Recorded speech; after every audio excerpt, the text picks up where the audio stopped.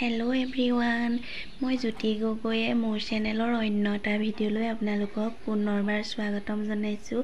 আজি মই আপোনালোকলৈ লৈ আহিছোঁ ভুৰুকীয়া পিঠাৰ এটা ৰেচিপিটো আপোনালোকে শেষলৈকে চাব আৰু এবাৰ বনাই খাই চাব। মোৰ দৰে খাবলৈ বহুতেই টেষ্টি হয় আৰু সকলো ধৰণৰ মানুহেই খাব পাৰে। তেনেহ'লে পলম নকৰি আহকচোন ৰেচিপিটো চাওঁ। ভুৰুকীয়া পিঠা ভাত খোৱা চাউলেৰে বনোৱা হয়। প্ৰথমতে মই চাউলখিনি 3 ঘণ্টামান তিয়াই ৰাখিছিলোঁ। তাৰপিছত পানীৰ পৰা টুকি অকণমান শুকুৱাই ল'লোঁ চাউলখিনি। তাৰপিছত মিক্সিত মই এইদৰে পিঠাগুড়িখিনি খুন্দি ল'লোঁ।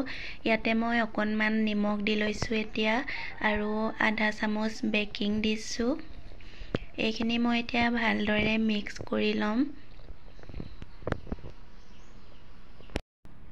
এতিয়া মই ইয়াতে পানী দি ল'ম। পানী দি মই এইদৰে চামুচখনেৰে মিক্স কৰি লৈছোঁ।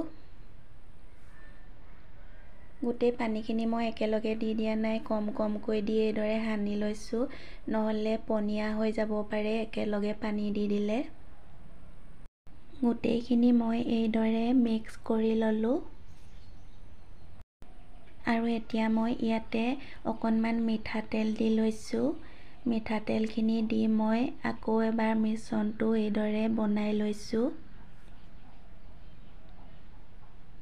বেছি ডাঠো কৰিব নালাগে, এইদৰে বনাই ল'লেই হ'ব মিশ্ৰণটো, বেছি পনীয়াও নহয়। এইফালে মই গেছৰ ওপৰত টাৱাখন পাতি অকণমান ঘি দি দিছোঁ টাৱাখন পিছল হ'বৰ কাৰণে। এতিয়া মই মিশ্ৰণটো অলপকৈ দি এইদৰে ভাজি ল'ম।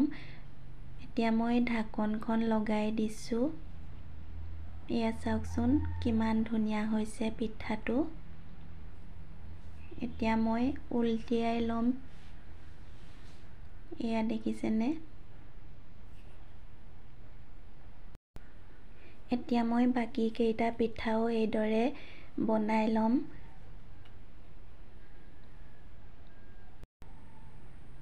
এইটো মই আকৌ এবাৰ লুটিয়াই দিম। এয়া চাওকচোন কিমান যে ধুনীয়া হৈছে, খাবলৈও বহুত টেষ্টি হয়। এটাকৈ মই গোটেইখিনি পিঠা এইদৰে বনাই ল'লোঁ।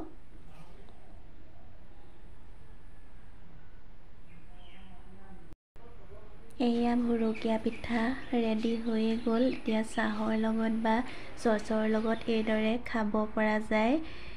আপোনালোকেও যদি এইদৰে বনাই খাই চোৱা নাই তেনেহ'লে এবাৰ খাই চাব।